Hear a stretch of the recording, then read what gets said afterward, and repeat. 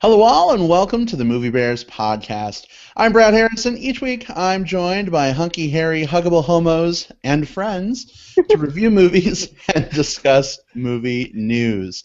This week, as usual, I'm joined by my partner and co-host, Jim Pliafico. Hello, folks, and welcome to the podcast, everyone who's listening in or watching. Or watching and listening at the same something? Yeah.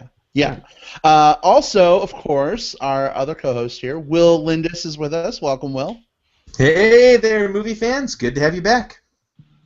And we are also super jazzed to welcome back one of our very favorite screen queens. She's been in films like The Black Dahlia Haunting, Silent Night, very, sort of thematic given the holiday, with Malcolm McDowell, and the Sci-Fi Channel original Camel Spiders. She's also the director and co-writer of Truth or Dare, a horror film that's won several awards in the Film Fest circuit since its debut last year. Jessica Cameron, welcome back. Hi, thank you so very much for having me. It's an honor to be here. Yes, its debut in Tucson. No less. That's right. Oh, yeah, that's right. I'm super jealous, too. Yeah, Will, you really missed out. That was pretty awesome. I know. You guys are posting pictures and talking about it, and I was like, I'm like 2 states away. We're live tweeting, and Will's replying back like, thanks, guys. Hate you. Hashtag. Okay, thanks, bye. Sorry, Will. Well, now you know. Come to Tucson Underground Film Festival. It's the place to be. I'm hoping to be back this year with Mania, so fingers crossed. Ooh, nice. That would be awesome. I would love that. Yeah. So, I mean, if there's a movie that you lovely bears are going to like, it's got to be a fucked up lesbian love story, right? Well, there you go. Fuck yeah. And Jessica, you'll be pleased to hear that the venue that the Tucson Underground Film Festival, or at least we saw your film at last year, has had a facelift. Ooh. They've actually spruced the place up and gotten new projection in there and the whole new front area. So it's really kind of a nice little one auditorium. That's the screening room here in Tucson. How delightful! Yeah, we've seen a couple of movies in there since they did it up, and it's really cool. So yeah, I hope you do get a chance to premiere your new movie there. That would be awesome. I can't wait. Well, speaking of premieres, Jim and I, of course, were at the Truth or Dare premiere here in Tucson, and that was amazing. We loved meeting you, and it was a pretty fucked up movie, I got to say, but I really loved it. Messed me up. Apparently, a lot of other people do too, because you guys have just been getting award after award on this thing. What has that been like? You know, it's been really amazing and unexpected. We didn't originally intend for the film to be sort of like a festival darling film. We kind of just thought, well, we'll make this fucked up story that's in my mind, and hopefully others will like it as much as we do. And then it just sort of took on a life of its own, which is great. So it's been kind of surreal and unbelievable. You know, I've traveled a lot with it this last year. I was lucky enough to go and see it also internationally, as opposed to the year prior, which was much more local or in America. So this year it took me to Australia, England, Ireland to sort of watch it with an international crowd. It was really phenomenal. That's pretty awesome that you get to travel to all those cool places. I haven't been to any of those places. Yeah, it was really, really amazing. It's always a little bit hectic though, because you don't really have a lot of time for yourself. Not to complain, but just as a matter of fact, just because you're sort of focused solely on the film festival and everything else to do with that, so you're kind of preoccupied. So you don't get to. It's not as much of a vacation so much as it's just really cool to sort of get entrenched with the horror fans in those areas. Yeah, and those horror fans are everywhere, and this is seriously a hardcore. I mean, this is Truth or Dare for those of you who are really like hardcore, terror horror fans. It's quite a treat. I don't think I had ever seen anything quite as up in front as that movie was to me. I mean, people were. I remember when I was growing up, you'd hear about movies like The Exorcist, or I'm trying to remember. There was another one. Mark of the Devil was one, a really old one. Where you heard about these stories about people, needing barf bags in the movie and getting up during the movie and like they couldn't take it anymore. This is kind of one of those movies that will definitely give you some shocks, I think. But since then, Jessica, can you kind of bring us up to speed with what you've been doing besides, I mean, touring for Truth or Dare in those showings, and what might be on the horizon for you? Well, we've been traveling all over. We've actually completed our festival run, so fingers crossed, hopefully we'll lock down our distribution deals. We've got some really great international deals, and now we're kind of just deciding what we're going to do for domestic. So it's entertaining seeing this side of the business just because it's like such, it's another whole full-time job, quite frankly, in and of itself. It's I compare it to like selling not just one house, but like a block of houses. Because it's like each territory is like its own little thing that you have to sell, much like you have to sell a house to a family. It's about getting it out there, trying to make as many people see it as possible, figuring out which ones like it, and then figuring out which ones could be a good fit, and then which one will pay you the money that you want for it, and then taking the best offer. So you do that for every freaking territory, and there's a ton. Wow. So I can imagine it's the same thing from the distribution side too, right? Because they're looking for product that they know their audience and they want to be able to fit the product that they buy from you to their audience, and so it's the kind of the selling and buying analogy analogy to house buying is right on the money. Oh, absolutely. And then add the extra layer to the fact that you're kind of doing it in the future, right? Because if you sign a distribution deal today, the movie's not coming out tomorrow. It's coming out 6 months from now, 9 months from now, depending upon when you can get the deliverables, when they can get the copies printed, when they can get them shipped to stores, where there's a hole in the market, you know what I mean? Right. So it's all this stuff that goes into play, and you just sort of hope for the best across the board. Interesting. Oh, wow. There's a lot to it. A lot to it. Yeah. We just got a live comment, Ryan, who is in your movie, Jessica. Truth or I Dare. love Kaiser. Kaiser is watching from the frozen tundra of Minnesota. Ryan, good to hear from you. Hope you're doing well. If you haven't seen Truth or Dare, he is the star of it, and when I say star, I mean that in the fullest sense of the word. Exceptional as our lovely villain, as you guys who have seen the movie know. Yeah, he's really, really awesome in that movie. Just some of the, this is a crazy character that he portrays, and without tipping the plot too much, he's definitely he definitely grabs your attention and doesn't let go. I would say, so to speak. And you got to meet him, so you know that he's super nice and not at all scared. Yeah. No.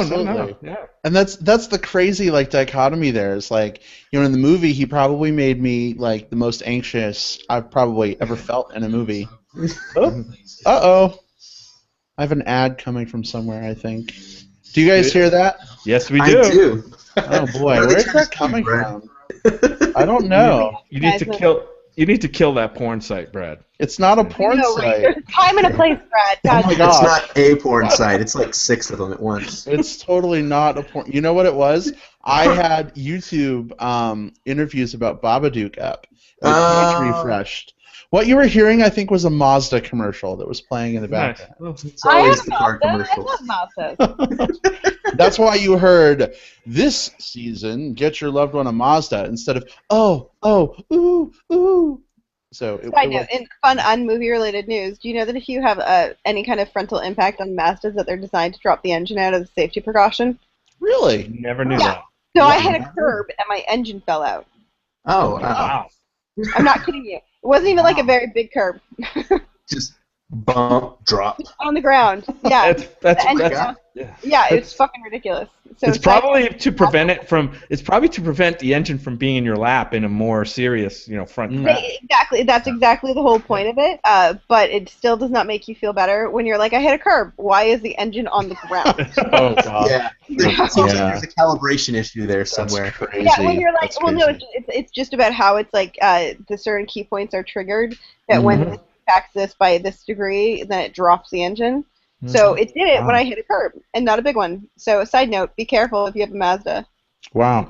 Probably better that the engine fell out than you falling out, I guess, maybe. Yeah. No, I was No? driving like 25 miles an hour. If I would have Oh. fallen out, I would not have caused $10,000 damage to myself. So I would Well, have there you taken go. over the vehicle. Oh, good Wow. grief. Good Movie grief. Bears Yeah. podcast brought to you by Mazda. Right? Apparently. Apparently. So Jessica, I got a question. For those who might want to connect with you after this, see some of your work online, or just get in touch with you, how can they get in touch with you after this? Well, it's a good thing that you asked because I'm all over social media along with my films. You can find me on Twitter and Facebook religiously. I also am on Instagram, lesser so, but I'm getting the hang of it. And then I Vine periodically as well. But I warn you, my Vines are kind of absurdity. It's like As the best vines are, yeah. right?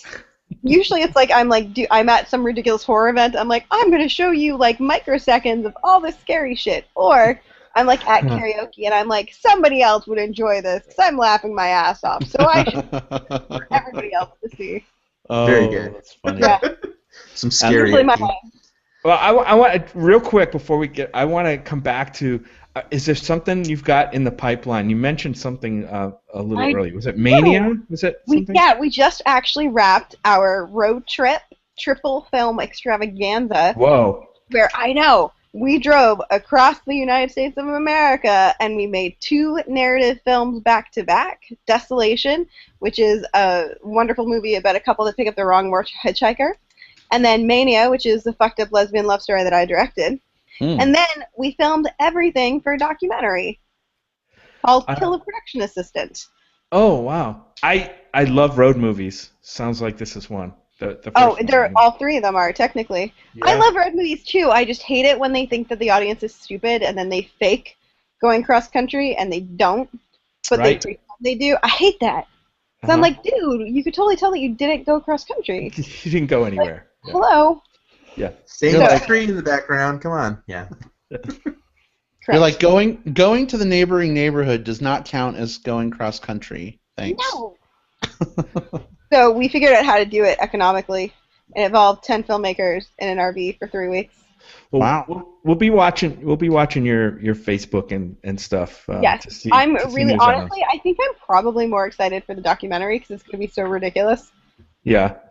Because I was like, I'm a real stickler for honesty and truth. Mm-hmm. So like, you'll see me at my worst, like no makeup, no hair, no sleeve. Like it's just an honest and truthful account of filmmaking, for better or worse. That's awesome. Yeah. I mean. Awesome. There's 2 people. I don't want to give it away, but you'll see when you watch the documentary. There's 2 people who kept on demanding the camera get shut off because they didn't want to look bad. Wow. And we hope you didn't. Well, there was times where we had to sort of save sanity, Mhm. but I may or may not have the audio. Ah. So for some of them, we're working at like making cartoons. Mm. Some of like the audio is so fucking absurd. You're like, nobody'd be stupid enough to say that. Then you're like, oh my god, they said it. Nice. Well, if Yeah. you don't have the audio, you just gotta edit it into a crazy musical montage or something. Don't tempt me. No, we have the audio. It's gonna be really fun, and it's ridiculous. Filmmaking is just so absurd. It's definitely not what most people think it is in the real world. Mm-hmm.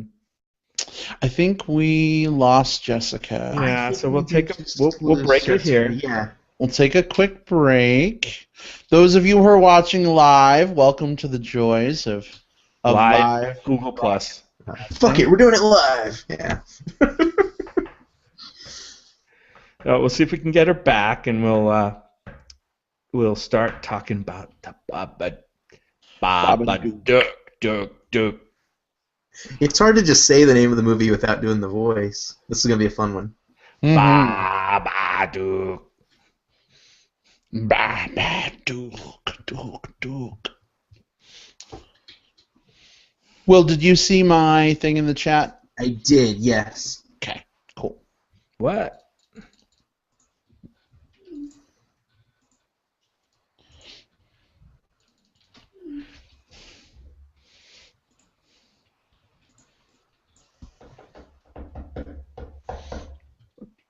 I need to come up with like stuff that I can do to entertain in these downtimes. Tim, do you know how to juggle? You could sing a song. Let me see. Let me come up with a song to sing. Yeah. Sing. Come on, the music guy of the Movie Bear podcast. Let's hear some music. Oh boy, I don't know. It's put me on the spot here. Ah. I'll play some music. That's very much in line with the Exodus movie we just saw, but not so much with the Babadook.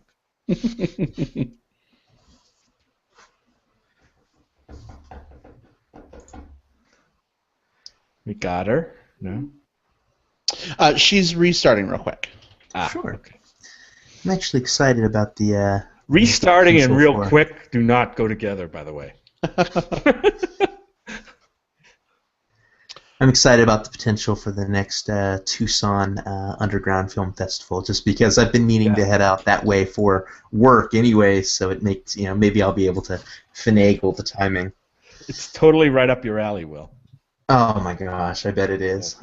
Yeah, it's a lot of fun. I like if the Underground Film Festival, that usually tends to some pretty visually creative, sometimes warped, sometimes fucked up, but always engaging type of content. So it sounds like it's very well suited for me. Indeed. Indeed. So, Will, we had a bit of a scheduling snafu. Right now, our press screener of Into the Woods is happening at this very moment. So now we're gonna have to wait and When see it it. rains, it pours, you know? Yeah. Now we're gonna have to wait and see it after Christmas, like everyone else. Yeah, we're gonna be seeing it since it's a Christmas Day release. We're gonna try to see it Christmas Day. Nice. I have to work Christmas Day, but maybe Christmas evening, babe. Maybe after you're done with work on Christmas Eve. Oh, Christmas Day evening. Christmas Day evening. Yeah. Christmas night. Christmas Yeah. night. Christmas night. And for anyone that's interested, this is definitely for people like me. The soundtrack to the movie came out yesterday, I believe. When you say people like you, what do you mean? People who are like super crazy about like musical movies. Gays are all aflutter about this movie. Not Not one frame has been shown other than the trailers, and they're There's all over this thing. 2 scenes have been released. They very carefully released 2 sequences. Right. I know this because every single one of them was shared like 40 freaking times on my Facebook page. Yeah. Everyone I know that's ever like considered the idea of being gay was like share. Yeah. Yeah, I hope the movie's good. Soundtrack is quite good. I was as someone who can compare it to the original musical, I'm impressed with the musical, Nice. the movie soundtrack. It sounds like they got a lot of things right. Awesome. Well, that's good.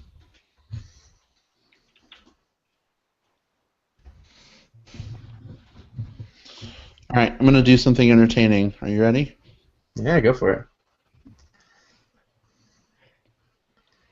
Light I don't know what I'm looking at, sparkles. Brad. Ooh. Oh. So That's, close. Zoom out. Go It's out. washing out your camera. Sorry. I know. Is that the new? Yeah. Is that, It looks like That's a a new lightsaber dildo. Yeah, I was about to say, like, are you sure you're not looking at porn over there, Brad? I feel like I'm looking at porn right now.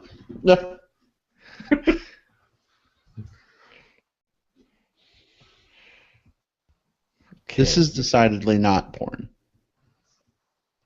let's No, hope it's a not. menu.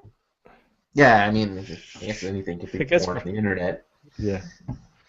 All it takes is a little bit of creativity and some elbow grease. In our twisted world. Or some other type of grease. It's getting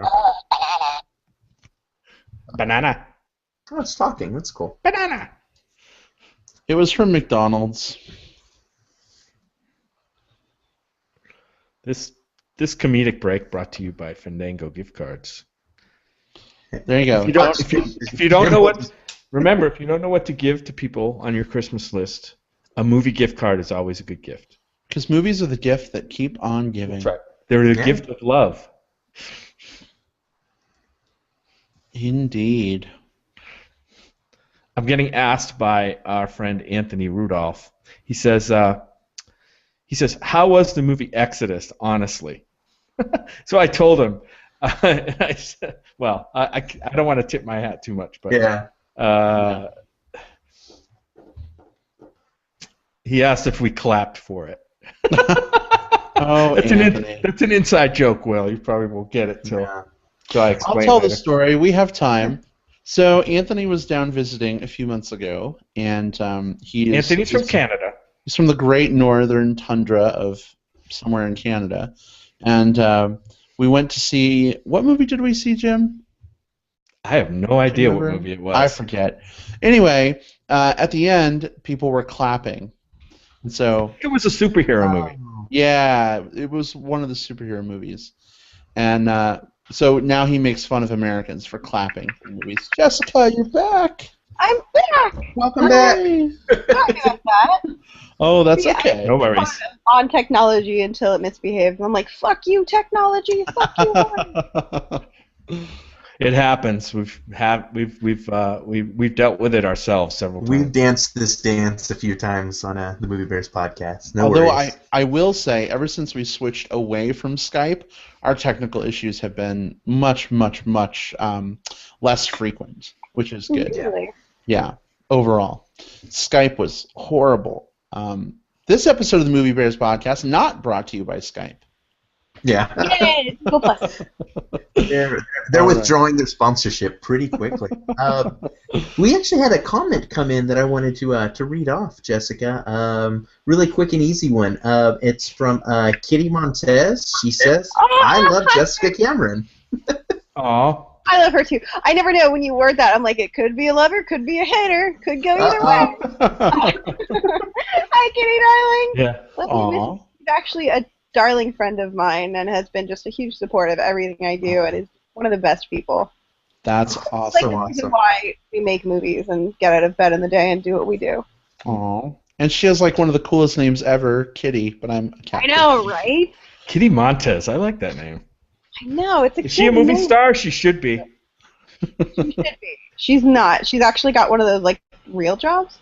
I know. Shocking. Yeah, we know all about that. There's only so many people on this podcast who can live the glamorous movie star director life. This is true. All right. Well, are you guys ready to talk some Babadook? Fuck yeah, we are. Yeah. I answer for all of them. I love your enthusiasm. You're like, fuck yeah, we are. Yeah. Awesome. All right. Well, here we go. We'll insert a little bit of silence so Jim can edit in some Babadook trailerage. But here comes our discussion of the Babadook. You should say it like they do. Babadook, dook, dook. Babadook, dook, dook. Babadook, Babadook, Babadook. Oh boy, Oh, this is going to be a great discussion, man. We have been waiting to talk about this movie for a while now. Is it? I mean, it's in kind of wide release at this point, right? I mean, I think so. Yeah. At least for now. I mean, these kind of movies with these soft releases will get their soft release, and then the kind of word of mouth will spread that it like I think happened with this one, because I don't think it got very much marketing at all, if anything. So I think the word of mouth kind of propels this movie, and people, friends tell people listen to things like the Movie Bears podcast, I hope, and they find out about this movie, and they're like, fuck yeah, I want to see a good, creepy, scary movie, and then they seek it out, and then bam, it gets kind of a second wind in release, kind of. Well, to be fair, it actually did get it got a release, and it actually got a pretty respectable advertising budget. So just to make sure everyone's on that same page, there was definitely a couple million spent on marketing and advertising, I would think, only because it played at a bunch of theaters all across the U.S., which typically means in order for you to generate $301,000 in United States revenue in a box office, you're probably gonna spend a fair bit of change. So it did, but hopefully it'll get more.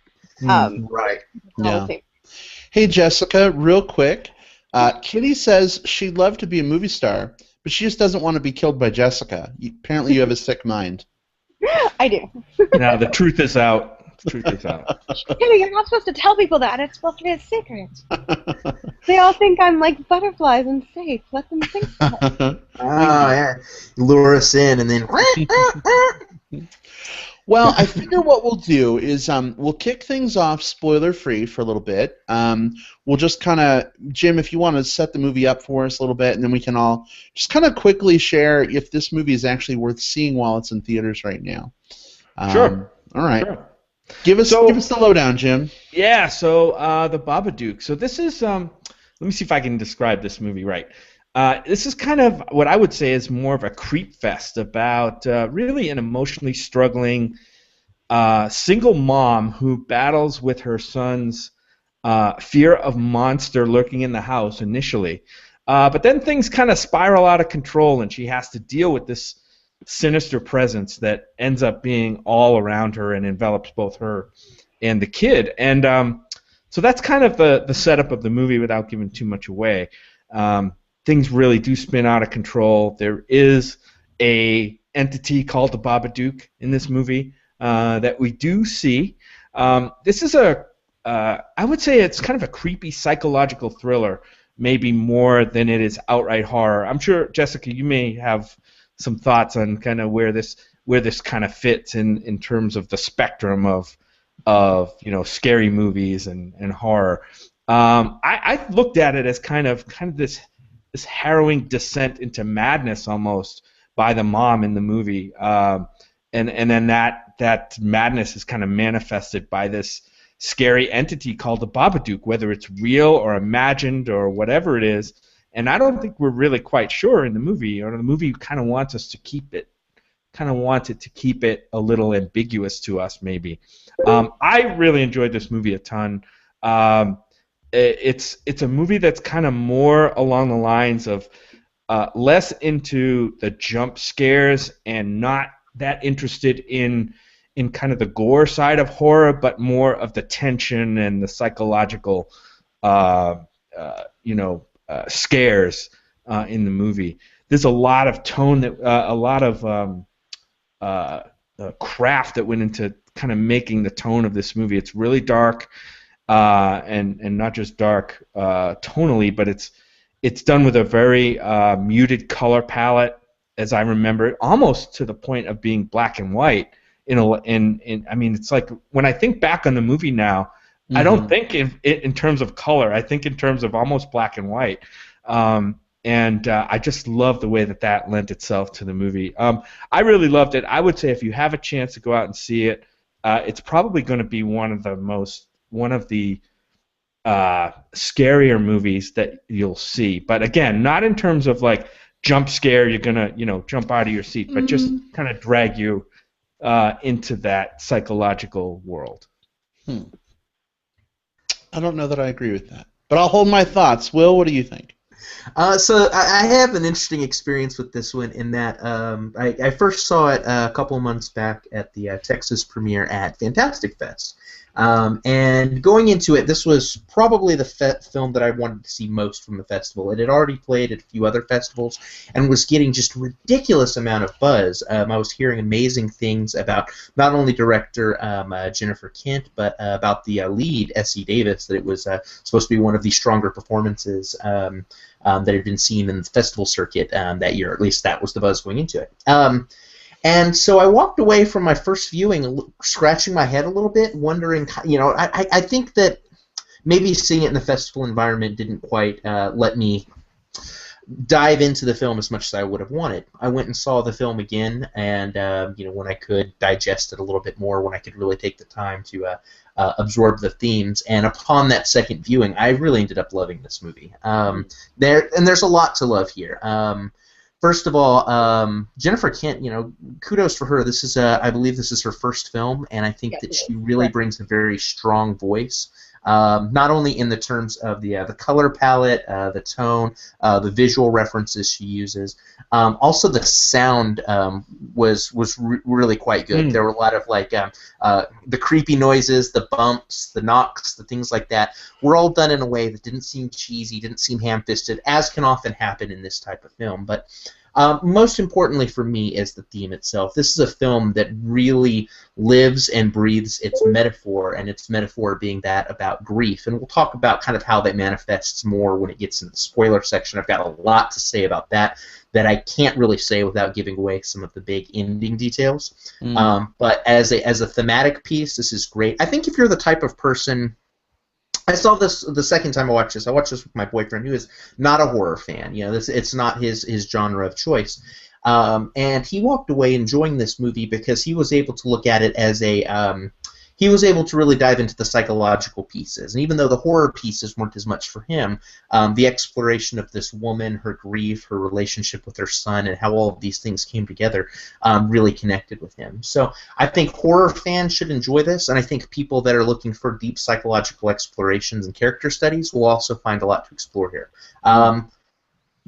This is one of the kind of, maybe not scariest movies of the year, but definitely one of the most unsettling films I've seen, just kind of in the way it explores some of its elements. And I would say, yeah, you should go watch this movie.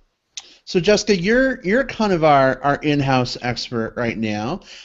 Would you say this is more of like a horror film, or more of like a suspense thriller, or is there really a delineation between the two? Well, here's the thing. I think, people like to get hung up on the definition of what exactly is horror. So to me, horror is anything that invokes fear. So by that definition, there certainly are some cross-genre boundaries, where it's like, well, there's plenty of thrillers that technically invoke fear. And honestly, it really just goes down to how the films market the movie and which they think is going to produce larger numbers. I consider this a horror film, and I consider it a horror film because it is frightening to many people on many degrees. I agree, it's very unsettling. It's really creepy. The marketing to this film, for me, was far different than my own film experience. I did watch it for the first time also in a film festival environment at Fright Fest in London, England, although I really enjoyed it from a film festival. But it could be, I'm told that the audience is vastly different than at Fantastic Fest, although I've never been. I really hope to go. Fright Fest you should. Right? We'll have to exchange information, because you might know who I should contact to be like, hey, bitches, what's going on for the festival directors, because I really do want to go, and I really want to be a part of it. I actually am a huge proponent and a huge supporter of all the people involved with it, so fingers crossed.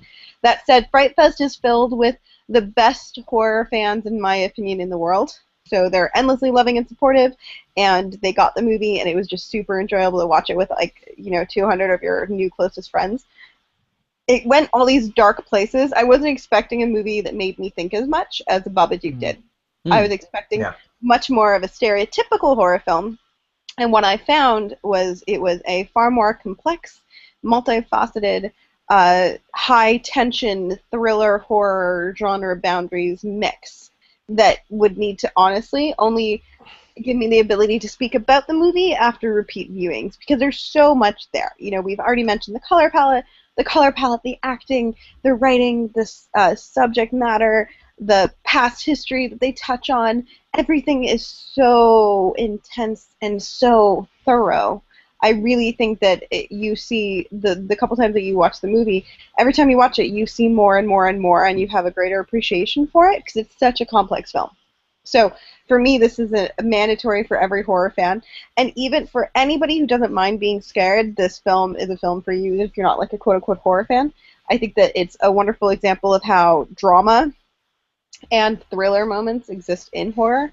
And that's actually one of the things that I love about horror. To me, horror movies, by their very definition, cross boundaries in genre. So in my humble opinion as well, typically if you're like, well, it could be this or it could be horror, that makes it a horror movie by default, because you can't be a thriller and have horror moments, in my opinion, without being a horror movie. Just like a comedy, like in horror, you can have comedic moments and it's still a horror film.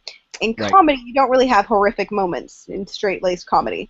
You know what I mean? Like, when was the last time that, on some fucking 30-minute sitcom, they accidentally brutally murdered a guy? You know what I mean? Like, it just doesn't exist. It doesn't happen that way. So for me, this is a must-watch for everyone. It was Jennifer Kent's first film as a director. She also crowdfunded this movie, which I think makes it ultra relevant on top of everything else that we've said today as far as how important it is in the current marketplace. This is the first film that's been crowdfunded, to my knowledge, that has had a really strong theatrical release, internationally as well as domestic, because it was in theaters and it's still playing theaters. It's beautiful. It's so beautiful. You definitely should see it at a theater, but it's also so complex that every horror fan should buy at least one copy, have it in their collection, because it's going to be, for me, it's one of those movies that I know I'm probably going to watch 2 or 3 times a year, every year, for possibly the rest of my life. Mm-hmm. I hope they release like a collector's edition that comes in like a pop-up book. Like, you know, you open it and it has the little thing that folds out, and then there's your copy. The pop-up book is getting made right now. Really? I saw that. Oh, They crowdfunded that too, didn't they? Yep, they did. Oh, that is awesome. It's amazing, right? Not that you want a child to have it, but for a grown-up. Right. Yeah. Well, Merry Christmas, nephew. Have nightmares. Some children, maybe. Yeah. Like the child movie where you're like, here. Yeah. You're kind of a dick. Here, read this. Oh gosh. Right? You know, Jessica, it's so interesting the way you put that about you know, for people who maybe horror isn't their like go-to genre. That's kind of me. I mean, I certainly enjoy, you know, many horror films, but you know, if I'm going to sit down and watch a movie, chances are it's going to be something like sci-fi or anything not subtitled. But sorry, Jim. But it was interesting because going into this movie, you know, it obviously had gotten a lot of buzz, and I'm like, well, you know, it's probably going to be all just jump scares and whatnot. And then I watched it, and within the first 10 minutes, I mean, I was just absolutely captivated because it's such a gripping, like character study. You know, Essie Davis, who plays the mother Amelia, it's just so fascinating to kind of like latch on to her as she sort of just spins around the toilet bowl of sanity and deals, you know, with what's going on with her son, played by Noah Wiseman, who, man, I don't know how old he was when this movie filmed, but he did a pretty fantastic job of being an annoying little brat who ends up making you fall in love with him at least a little bit, at least for me. Jim, I know you're not a huge fan of child actors, but I enjoyed his performance in the film. Yeah, I mean, I liked him in this movie. I guess he was like 7 years old, I guess, when they did this movie. Yeah, I mean, he did a really, really good job as, you know, not coming across as a kid who's acting, but you definitely believe that he was, you know, he was a somewhat troubled kid. I mean, I don't want to get into spoilers too quick, but there were some things that have happened to him that would make him act out in ways that totally came across in the movie, and I found that really organic. So here's the thing. You say I don't like child actors. I don't like child actors who come across like child actors. Okay. You know what I mean? When they fit in the role and they're not pretentious and fakey. Precocious. That's what you don't want, right? Yeah. Right. Well, and that's the thing is I think I forgot that I was watching a movie and felt more like I was sort of awkwardly on the outside watching this mother, you know, with a son that she can't control. And the more and more she gets frustrated and at the end of her rope, the more and more I was really feeling that with her. And so, you know, I think the writing is very tight, the directing is phenomenal, but the performances as well just really sell that from a character standpoint. And then you add on, you know, all the awesome like horror / suspense elements to this, you know, that usually may be a little tropic. There were a few jump scares, but not to the point that I found it annoying or eye roll worthy. You know, there's definitely a lot of the like creepy thing in the background going on, but it wasn't overused. I think it takes the really smart things that horror films can sometimes do, and sort of weaves together a sort of a, I don't know, just this really great piece that shows you the best of what the genre can bring without being sort of a tired, old, tropic-laden rehash of what's come before. So I loved this movie. I absolutely agree with you guys. If it's playing in your area, go out and see this. Jessica, like you said, even if horror isn't your go-to genre, it's a phenomenal film, and I think a lot of people would definitely really enjoy it. Yeah. And like you mentioned about the jump scares, like for me, jump scares are one of those things that certainly are overused in some films, but a good jump scare can really work in the right moment. I think of it as like a good tool in a filmmaker's toolbox. And if you've got a guy who's using nothing but jump scares, okay, then that it's like a guy that uses a screwdriver to build everything in his house. It doesn't work. Well, but there's also not all jump scares are created equal. I think that a jump true.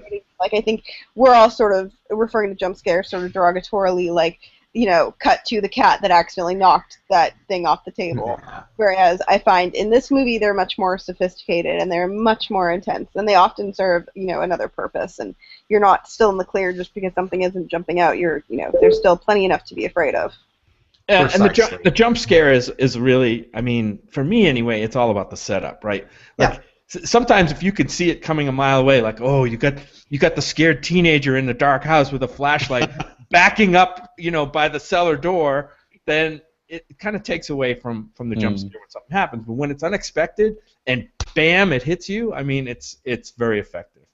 Especially when we've got this film here that has other things in the toolbox as well. I mean, it doesn't just use jump scares, although when it uses them, it uses it well. It uses tone, it uses atmosphere, it uses music cues, it uses just the intensity of the acting. There are so many different things that register on different, different things that you might look for in a horror movie. You have a lot of these different things and all kind of spread out and organically paced. Very comfortable, very nice. Just the scream of a 7-year-old. You know what I mean? Yeah. Giving you this horrified scream. I mean, kids have their kid voices for a reason. When they cry and when they scream, it gets to us on a very primal level, and they use that in this movie very well too. It absolutely does, and you absolutely hit something I think that is so crucial to not only this film but to the horror genre. They have that little effect to tug on your heartstrings, even if you're like me and you're not really child friendly. You're like, oh no, you're a helpless child. Like, I'm programmed to try to help you. I don't want you, even though you're a shit kicker, like a little fucking brat that I kind of would want to strangle if you were in the grocery store next to me. I still don't want to see you cry or be in pain because you're a child, and we shouldn't want that. Right. Right, and like I said, even if you don't feel sympathy for him, it grates on your nerves to some degree. Like, shut that, it's kind of like it gets your attention, and then and the movie knows that. And speaking of, and it's not just the kid. I mean, Essie Davis, the star of this movie, who plays the mom, she's got an amazing scream too. There's a couple of times. Oh yeah. Yeah, she was actually in Fright Fest. She's very nice in person. Oh, really? Oh, cool. Very cool. And so, shall we jump into spoilers? I think that's probably a good idea at this point. What do you think, Jessica Cameron? I do, because I have some stuff to say that's spoilery. All right.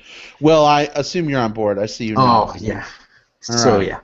We're all aboard the train to Spoiler Town. Choo-choo. Chugga, chugga, chugga, chugga. So spoilers are officially fair game, guys. If you are watching live, we love you. But if you haven't seen this movie and value your virginal innocence in regards to its plot, you may want to step away for 15 minutes or so and then rejoin us on the other side. If you're listening on digital tape delay, I don't even know if that's a real term, but I made it up to refer to people who listen a couple days from now when it's up on iTunes. Feel free to refer to our handy-dandy show note time index and skip ahead as needed. Jessica, why don't you kick us off for spoilers? What do you got? Okay, well, the one problem that I did have with the film is on the very tail ending. I really liked everything, literally up until the last couple minutes where you found out that she was keeping the creature in the basement. And for me, the reason why I didn't like this, because I thought about this a lot, is simply because it just doesn't make any logical sense, no matter what, you know what I mean? Because, like, for all of the movie, you're kind of like, is it in her head? Is it in reality? You don't know. I'm fine with picking a side. So you either pick the side, the filmmaker picked the side of it's either in her mind or it's in reality. You pick the side and go with it. I'm cool with that. But in neither of those scenarios does it make any logical sense that she would, A, be able to catch and then keep this creature in the basement, and then B, that she would choose to keep it alive and feed it. And then C, that it wouldn't kill her, hurt her, attack her, or try to get out. It just does not make sense, and it did not work for me at all. And every time I see it, it's one thing that really pisses me off about the movie, because I actually think it weakens the movie significantly from what could have been pretty much a pitch-perfect, flawless film is this whole sort of choosing to make it in the reality and then choosing to take it to such an absurd, ridiculous, and stupid place. I'm right there with you. I think if this movie had ended like 5 minutes earlier, right? Like after the end of the dynamic where like, you know, they've defeated Babadook, whatever, she's crying, she's hugging her son, you know, you could even like just leave it there, but this whole thing appended it to the end with like his birthday party and that god awful sweater and feeding the Babadook. I agree. I think it kind of pulls away from what I thought the film was trying to do. But I'm not an expert on those things, and maybe you do kind of need a happy ending a little bit at the end.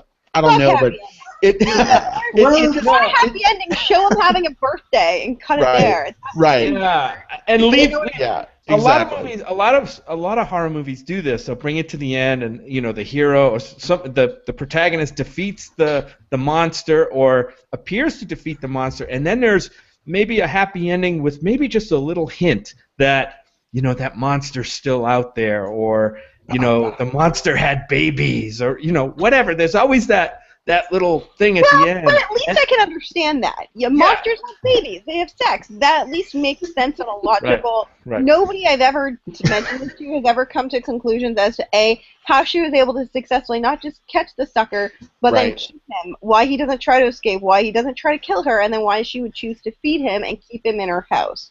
I have an idea, and this is actually I have an idea, too.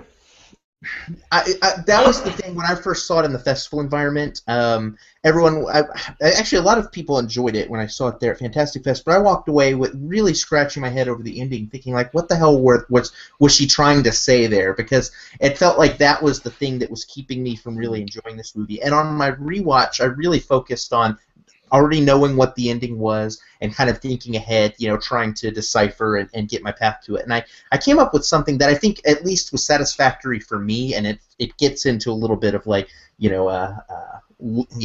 Lit 101, but bear with me on this.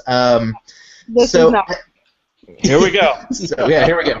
So I looked at the Babadook less as a monster on this viewing and more as a metaphor for the mother's grief at losing her husband. At first, this grief was overwhelming her, right? You know, she was lost any sense of normalcy in her life. She was resenting her son, and then it consumed her.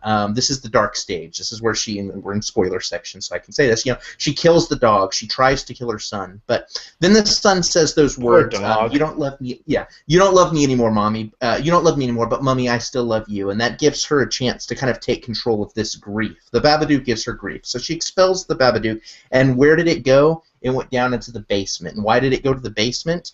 The basement was where all of her husband's things are. So now the mother can visit that grief anytime that she wants. She hasn't separated herself from that grief. She's always going to carry that, but she's now got it back where it needs to be so she can move on with her life. So she has some closure. Grief eats worms?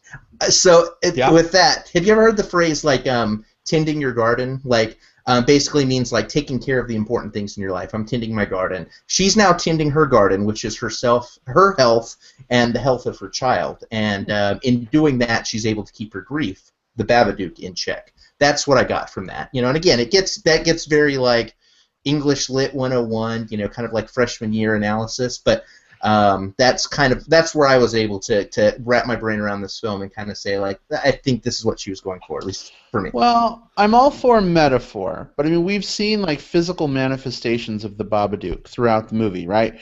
Like the kid getting dragged up the stairs and shit happening, and you know, I could see if it's just like a mental thing that she's sort of staring down and it's all in her head. Okay, and cool. Also, as you mentioned, if you didn't see the physical, you don't see the child. Again, like if something killed the dog, you don't need to see what, you know what I mean? Right. I just echo your sentiment.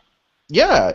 I mean, I can definitely kind of see, you know, metaphorically speaking, it would be kind of deep, but I just think if that was the point, the film didn't sell it well enough for me to go down that road. I think there was a lot of sort of physical manifestation, you know, aspects to this that didn't sell me on the metaphor as much as on the supernatural presence. So here's another one. It's maybe a little more far out than even Will's, the metaphor.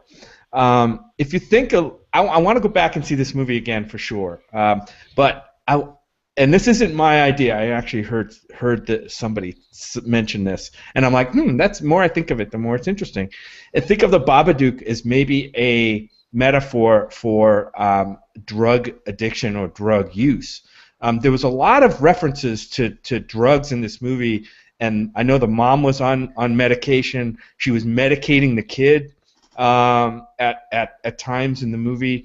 She was seeing the kid was seeing a child psychologist, and so that you've heard of drug or alcohol addiction being related to like the monster, you know what I mean, that overtakes somebody, and there's a lot of, I think there's a bit of that maybe you could interpret in this movie. And at the end of the movie, she's able to get on top of this addiction thing, but it's always there. It's always there, and it's something you need to be mindful of. And it's a little further out than yours, Will, but I think it's a possible explanation. And I think I'd like to watch the movie again to see if maybe I could tie that closer together. But well, even if you look outside of both of our metaphor examples, even within the if you look at it as a very physical thing, if you look at it just in the confines of the movie, one of the repeated lines in the film is you can't be rid of the Babadook. So if you look at it, maybe even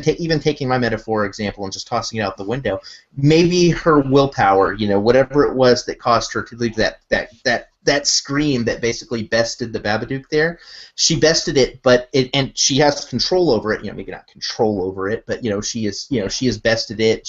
Her will prevailed, but you still can't be rid of it. So at least she's banished it to another spot in her house. So maybe it's only her basement, because she can't. You can't be rid of the Babadook. Once it's in, it's there. So Jessica, you are a writer and a director. What's your take on this? Do you think it's a metaphor? Is it a monster? I mean, where do you come down? You know what? Here's the thing. So once upon a time, I used to do fashion design. And when I did fashion design, I went to this beautiful runway show in Montreal, showcasing the best of talent in all of Quebec. And one of the favorite gowns and dresses that was very elaborate that I'll never forget was this breathtakingly beautiful full skirt that was basically a lot of red and white plaids and brocades, and it reminded me of a fairy tale, specifically of Little Red Riding Hood. And she had a basket and everything, and it was like all that gingham plaid, and then she had a cape made out of like a fur that looked kind of like a wolf. And when I saw it walking down the runway, I was like, oh my god, it just hit me. I was like, this is brilliant. This is Little Red Riding Hood done on a runway taking down the big bad wolf. And I sought out the designer, and I went over to her and I said, I have to let you know that you completely blew me away. I saw everything that you were trying to say in your outfit. And she looked at me and she's like, what are you talking about? And I told her, I told you now. And she's like, no, I figured the dress was too boring without the fur, so I added the fur. But she's like, your answer's far better than what I could come up with, so do you mind if I tell people that? And I was like, sure. And I kind of feel that's what's going on here. I don't, again, you'd have me, I like the idea that it's like all in her head, I do, but then again, it still doesn't work for me if there's physical manifestations that are seen by more than just her. You can have a physical manifestation that's only seen by the person who's crazy, and it makes sense to me, right? So if she was the only person to ever see the book, then maybe the book does not exist. Maybe it's fake. Right. That would work for me. But you have her son holding the book. You know what I mean? Like, the book exists in real life. So once you cross that barrier, you have the son getting dragged away. So, again, you don't have her. Is that a figment then? It just doesn't work. If you had not have had the son getting dragged away, maybe if you had him telling her that he had been dragged off the bed, maybe you don't know where she is, he gets dragged off the bed, so it could have been her doing it, like it's implied in your analogy, where it was her doing, well, in your theory, then it was her who killed the dog and not the Babadook. Again, you'd have me, that would make logical sense to me if it was consistent, but because it's so inconsistent, I guess, is the problem that I have with it, and why I feel like I don't think so. I think it was probably just somebody somewhere said, well, we have to wrap this fucker up and make it a happy sort of ending. So here's what we're going to do. Metaphor or not, I love that that this film, which is a horror movie, Simple, right? is creating so much like deep discussion. I mean, a lot of horror movies that you go and see, you come out of it and you're like, okay, that was scary, that was cool. You know, where are we going for pumpkin pie afterward, right? But after seeing this movie, I mean, this has got a lot after horror movies. That's awesome. Well, we are bears. We love our pie. Yeah, I like lacking in pie, so we like our food. But I just love how much this is making a lot of people think and question, like, what really happened, what was going on, and I don't know. I'm pro discussion, so I'm liking what I'm hearing on both. So where did anybody else at one point in the movie think that the neighbor was doing some of this stuff, or she was somehow connected to the Babadook? Because like the book showed up on the doorstep, basically, right? I mean, just one day, boom, there it is, and then you have this kind of nice but maybe a little bit mysterious neighbor next door. You don't know anything about her really. She did talk about her. Did she talk about her husband or something? Her Harold or something like that. I remember in the movie. I think so. In the back of my mind, I'm thinking, okay, this is gonna find out it's the old lady's connected to it somehow. She's like I think Harold is the Babadook. I think, you know, when she looks out the window and she sees the Babadook standing next to the old lady, I think they were, you know, totally watching the Wheel of Fortune Jeopardy Power Hour before getting some Babadook goodness. Come on, you're pulling my leg.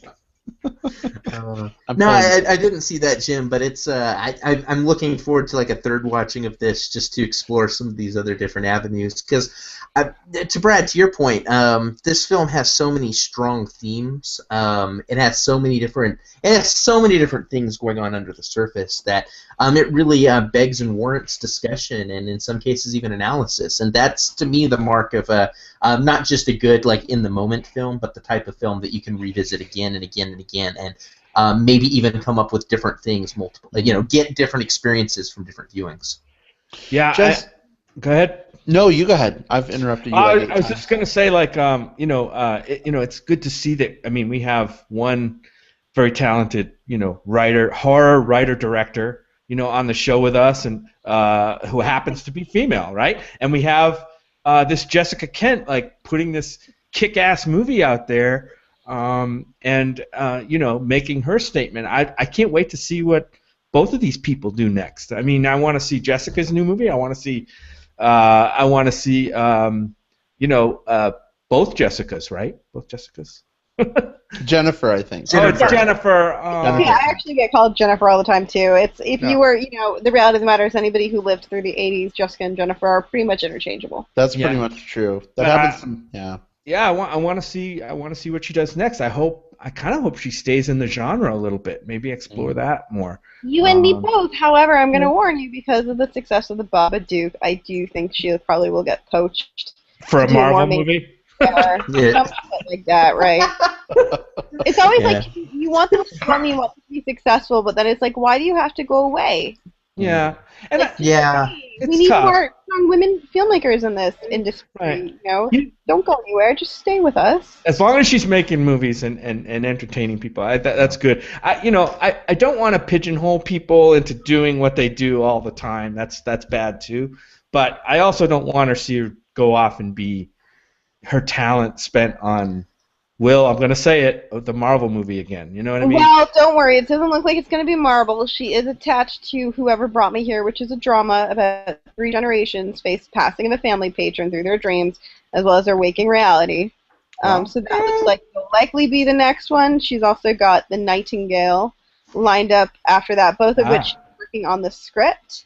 And that one is 1829 Tasmania. A young woman, convict, is seeking revenge for the murder of her family, takes a mixed-race male outcast with her through the interior, and gets much more than she bargained for. So she does appear to be leaving the genre, but hopefully she'll still continue to make quality films.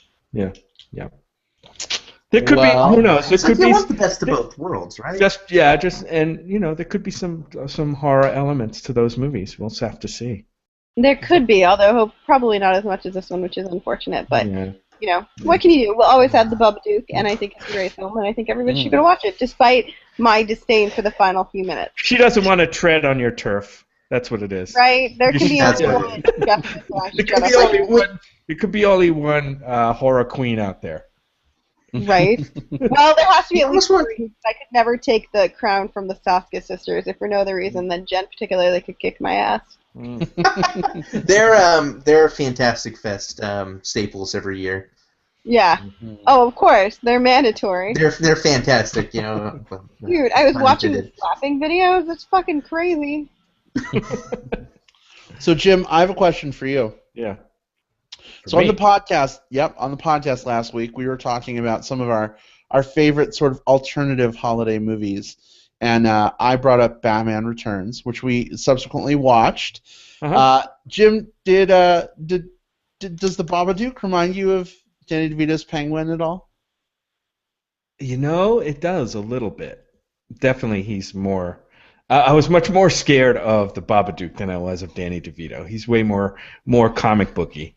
That's a good thing.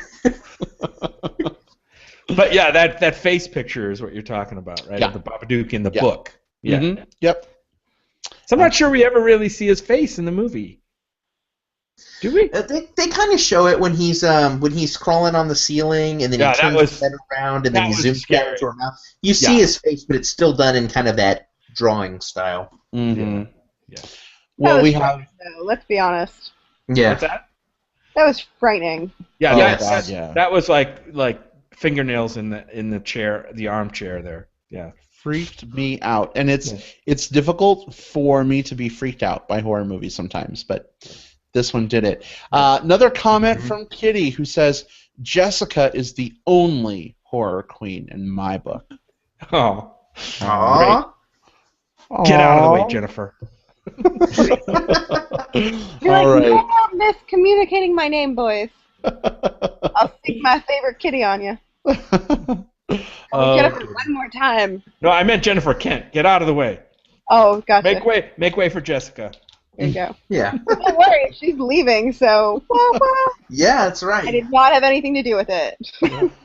No, I'm sure you lured her in and then said, "Hey, check You this didn't. out." You didn't like poison. You didn't poison her coffee in London. In London, Jessica. I make no promises. I want to watch the horror movie that we just described, like, you know, the Jessica Cameron gets rid of like her competition. Oh, yes. Tempt me. She's writing it right now, Will. That would be She's awesome. not going to give No, you but any... in my dream of dreams, I actually a little bit similar to that. The one movie I really want to make, but I need a really good budget for it because the scale it would have to be would be amazing. Would be I had a dream about a horror version of Cinderella. Oh. So in it, the evil stepsisters keep Cinderella locked up in the basement, and they peck off all their competition for like the prince's affection by killing the women that are like his front runners, and then making Cinderella chop them up into food. Oh my Wow. gosh. Yeah. You could totally call that one Into the Basement. No, there's already like a million movies called Into the Basement. Kind of like Yeah. Into the Woods. You could have like musical numbers. You know. Maybe Maybe not. there would need to be a musical number or two. 'Cause come on, if you have like 100 beautiful attired women, you have to have a musical number, right? That's pretty true. Yeah, absolutely. Would we get singing rats? Because when I think Cinderella, I think singing rats. No, 'cause that would require CGI, and I'm not a big fan of CGI. Yeah, that's true. I could just see Cinderella like with a chainsaw, like chopping people up, singing Cinderella, Cinderella. Cinderella, Cinderella, all night and day, Cinderella, do the dishes, mop the floor. It's Right? just But awesome. how much fun would that be? Oh, That would be perfect. amazing. You guys are totally in stealing my my... style, not Hollywood style. I would have her finally escape from the tyranny of her sisters after she had to kill them in some horrific battle, race off to the kingdom to which she'd fall madly in love, and they would get married, and she'd find out that he was like some horrible person who was doing some other horrible crime, so she had switched out one nightmare reality for another. That would be incredible. One day. I think we're seeing a Christmas 2016 release on that, right, Jessica Cameron?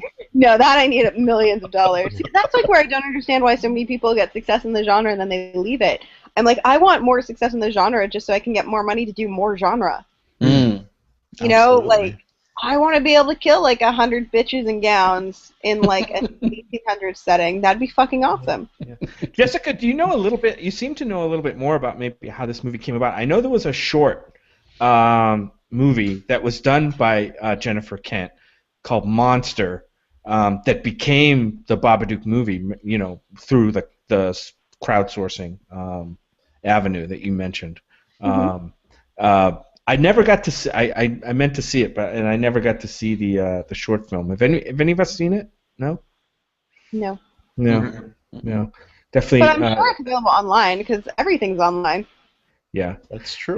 It seems like that's the kind of the way a lot of things are going these days. It's been what was the movie we talked about recently that also started as a short film? There was one. I think it was called Before I Disappear, which was it was in 2012. Yeah. It was a short film that was Oscar nominated, and then this year we saw it at South by Southwest, the Right. feature version of it. Right. Mm-hmm. Well, guys, It's gotta be online somewhere. any final thoughts on the Babadook? You think anything else you're just burning to get off your Go chest? see it. Go see it. Go watch it. Go buy it. Even if you don't love horror, check it out. I think it's a great film, so long as you don't mind being scared, and support independent talent. Absolutely. And you're definitely going to want to buy that book when it's available. Oh yeah, right. The pop-up book. You might not be. I'm not sure if it's getting a full release, though. We'll have to look into that. Yeah. I totally want like 8 copies because I want to give some out as gifts. Nice. To all the brats in your life. Do you want to give them out, or just want to leave them on people's doorsteps? Because I kind of think the second is how you do it. Yes. Oh, that's perfect. Right? Oh goodness, that would be awesome. And then you have to like film their reactions when they like open the door and open it. That would be awesome. See, I don't know. I like fucking with people just for the joy of fucking with people. I don't need to videotape it for the world. All right. Well, we have another live comment here from Fred. I'm not sure if I'm pronouncing his last name. Thiel, is that? Yo, hi, bro. He says, "Trust me, guys. Jessica is one of the most twisted minds in horror today. Mania is going to blow your minds." He's a dear friend of mine, so if he says I'm fucked in the head, well.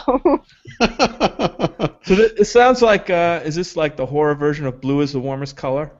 Well, it's kind of think Henry Portrait of Serial Killer combined with Thelma and Louise and more sex. Ooh. I love it. Nice. I love it. That's right. Road movie. Yep. Totally. I'm pumped. Can't wait. So we'll be watching your Facebook for that movie for sure. And then it's so funny because I haven't actually seen a nude scene yet that warranted me getting naked. So I've actually never been fully nude on movie, but there's literally like a ridiculous amount of nudity in this film, but it was all crucial to the plot, so it was really entertaining. Sure. Directing it before I actually got to be, because it's one of the things where I haven't been in it, in that part of it. So it was really fascinating to sort of see it from the other angle. Well, we are super, super excited for Mania. And Jessica, I want to thank you so much for joining us this evening. It's been great catching up with you, and you are always so much fucking fun. And, it's my pleasure. Thanks for having me anytime. Absolutely. Well, you are always welcome. We will keep an eye out. Hopefully we'll have some good news on you coming our way soon, or maybe you'll be within travel range and we can come out to you. And we'll do your best to hook Jessica up for Fantastic Fest. Yep. I will do my best. If you come to Tucson, we can host the whole crew here at the house. We'll put out couches, sleeping bags. Awesome. Brad will cook something up for you guys. Definitely. I would love nothing more. All right. Well, Jessica, again, thank you so much for joining us, and we look forward to catching up with you again soon. Definitely. I hope you guys have a great rest of your night, and I'll talk to you later. All right. We love you, Jessica. Thank you, Jessica. Bye-bye. Thank you. Bye. Good night. How awesome was that? Man, so she cool. is awesome. I love Jessica. That was great. We love having her on the show. She is so much fun. You know what we need? We need more horror movies that we can review. That's what we need. Yeah. We do, definitely. Another guest we love having on the show, Mike C. We met in P-Town, another horror guy, and we just don't have a lot of great opportunities to have horror folks on. We were bitching about that a bit in October, right? Like, with I Annabelle. felt like Well, with Annabelle, like I felt like, well, yeah, with Annabelle, I felt like when I was growing up, around the time October hit, like that's when all the slasher flicks and that's when all the horror films hit, and you kind of always guaranteed one or two, like maybe not great, but interesting horror films every year, and it feels like that from which is why I love the festival circuit, which is why I love publishers and stuff like that to count. But man, if you don't live in an area that has like a that only has like the 8-screen multiplex, it can be slim pickings. Right, right. And I mean, this year we've had the Purge Anarchy was this year, right? Yes, Yeah, it was. We had that. We had Annabelle. I'm trying to think of any other horror movie we had this year. As above, so below. I mean, outside of Will, what you probably got to see it. Fantastic. Yeah, well, yeah. No. And those were very near and dear to my heart. But some of those won't actually be. Some of those are like 2015 films. Yeah. Oculus was this year. Right, Oculus. Yep. Yeah, Tusk definitely. would count. Both of which we did review. Yeah. And there was a Paranormal Activity, which I didn't see, but there was a Paranormal Activity that came out in that was right? The marked ones, right? Yeah. I think. Yeah. Mm-hmm. Yeah. Well, I know Jessica has dropped off, but Jessica, if you are still listening, thank you again for joining us. That was a total blast. Oh yeah. We do have a whole nother movie to review, Yes, however. We do. Yes, we do. Are you guys ready to go from horror to the Bible? Let's go from one horror to the next. Uh-oh. So Can we stop for a sec? Yeah, I'm not sure what's going on with your audio, Will, but you were just like, yeah, let's go from what? It's not the audio. I think it's the connection. Is that what it is? It might be. Yeah, because your video is super low res too. If you like, I can reconnect. Just to make things nice and easy for the last set. Yeah, I'll be back. Yeah. Okay. Thanks, Will. Appreciate it. I'll just make a point to edit this stuff out. All right. Will's gone. Quick, let's talk bad about him. No. I don't talk bad about him. High Road, remember? High Road. I hear he watches little kid movies that are all cartoony. Wait, I do that too, so never mind.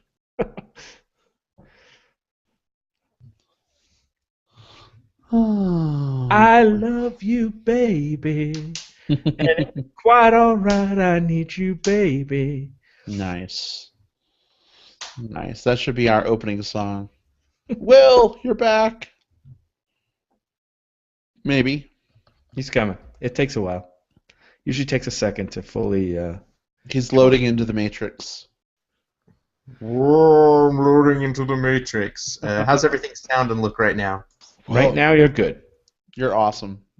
Cool. Well, I mean, you're awesome, but your audio quality is awesome. Has now matched my awesomeness. It has now matched your awesomeness. That's true. So people who are still on and listening, go tell your friends to join us because we're going to talk about a movie called Exodus, Gods and Kings. Yes.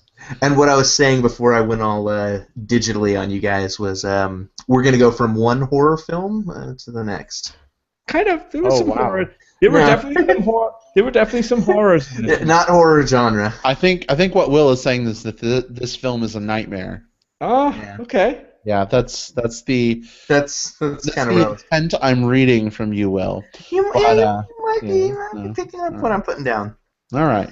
Well, it is December, and of course, December brings tidings of, religious joy and goodwill to all men. So why not a movie all about God and joy and goodwill towards men? Not really. Not so much. But we're going to talk about it anyway. Are you ready to get into it, gentlemen? It should be fun.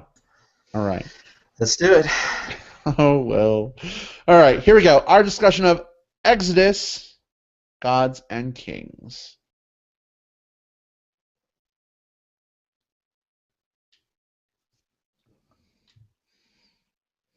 All right, so we are going to do what we always do. We'll talk very, very briefly, spoiler-free, about this movie in terms of the setup. Jim, I believe you're on the agenda a second time, right, to kick us off? I'm up to it. I'm up to it. Are you up to the challenge? All right. Next week you get a bye. You don't have to launch a segment next week. I don't mind at all. I'll some do rest. them all. I'll do them all. Bring it on. My shoulders are big. If you can take it, you can make it, right? Yeah. All right. So anyway, so no spoilers. Should people go see this movie or not? Jim, what's the setup and what are your thoughts? Well, first of all, this is going to be a tough movie to spoil. First of all, so this is the Moses story.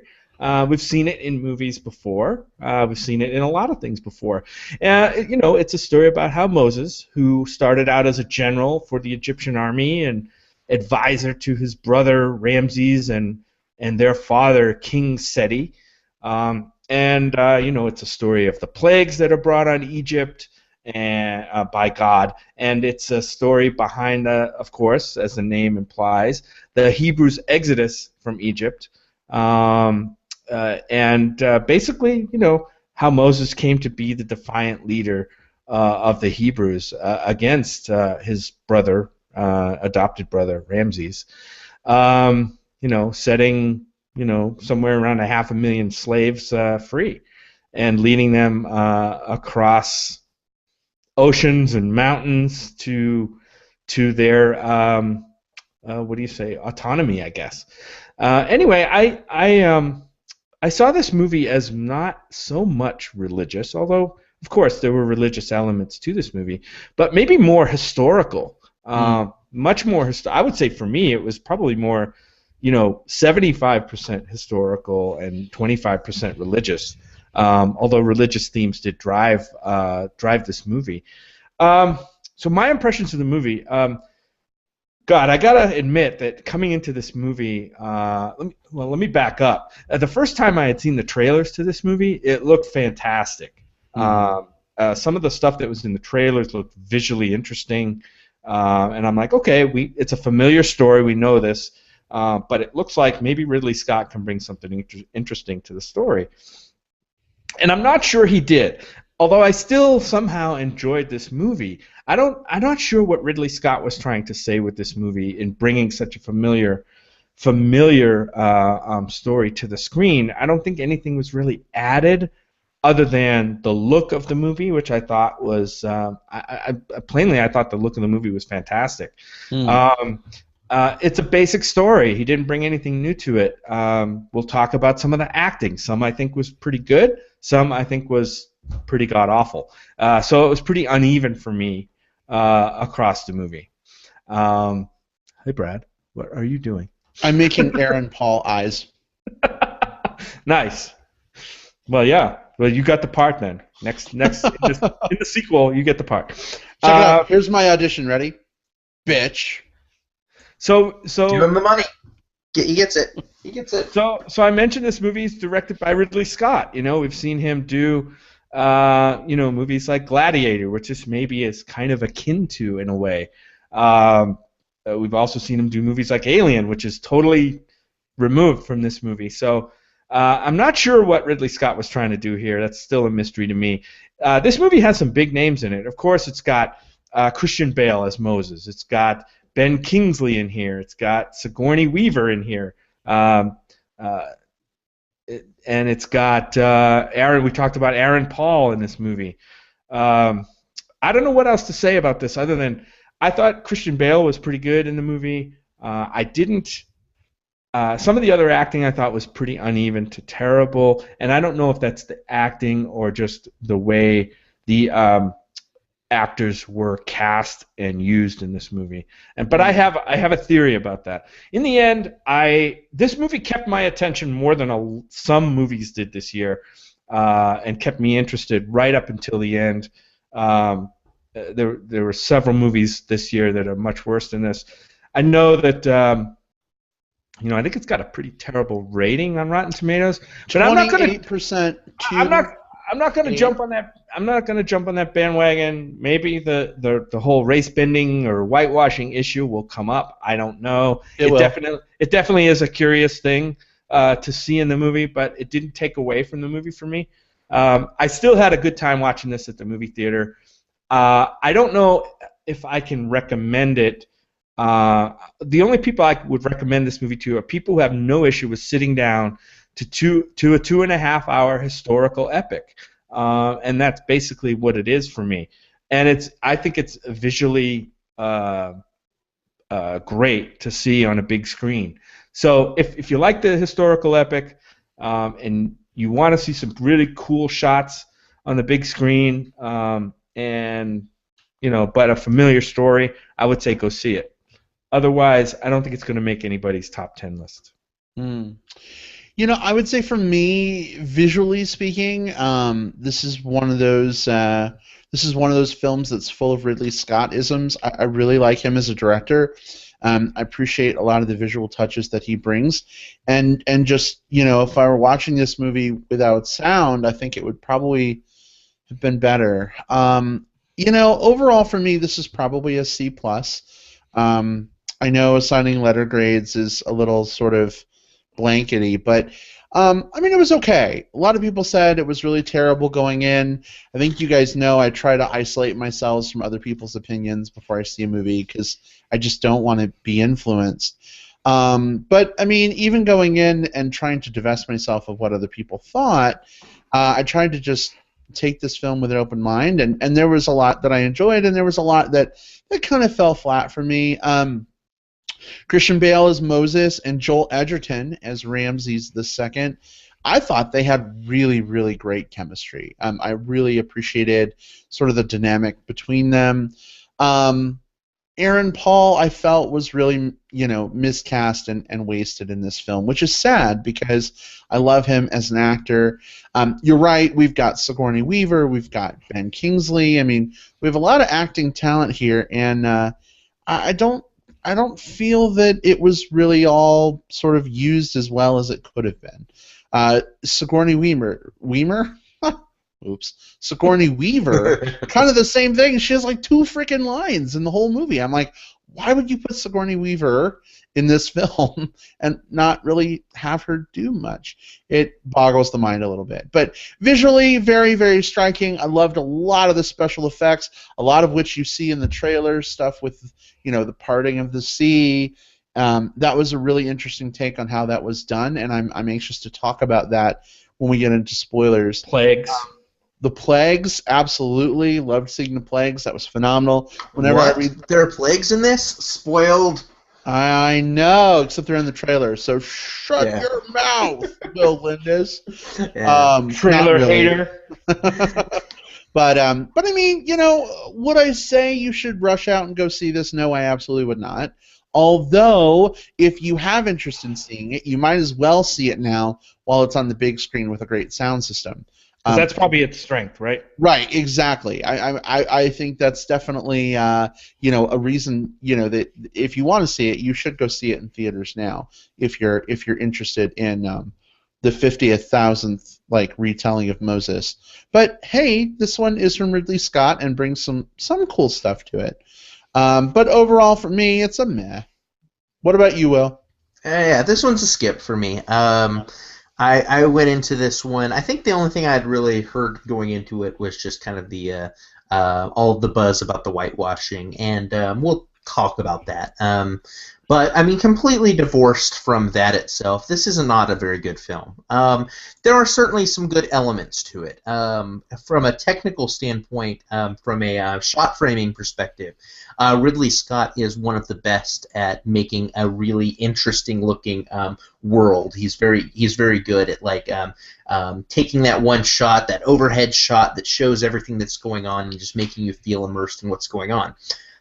Look and feel very, very good. But for me, past maybe Joel Edgerton's performance as Ramses, which I thought was quite good, that's about where my praise starts to fall off. I did not like Christian Bale in this. His accent killed me because it changed. So Which one, Will? Which accent? It changed so many different times. He was not great in this. And when you're telling the story of Moses, if your Moses isn't strong, already you're fighting an uphill battle. Aaron Paul was completely wasted in this. Ben Kingsley was wasted in this. Sigourney Weaver was wasted in this. And not necessarily that they needed to have meatier roles because but I don't think they necessarily brought anything to it. When I watch a film and I see there's certain names that are attached to it. The names are what gets your butts in the seat.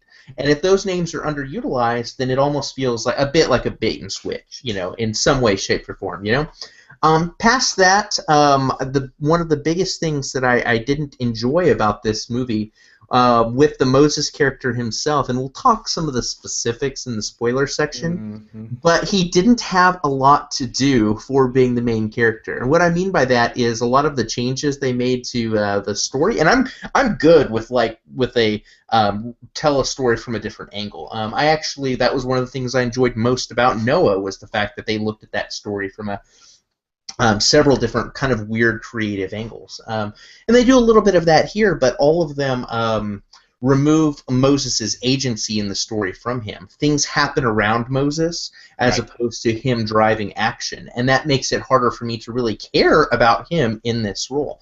So it looks really good.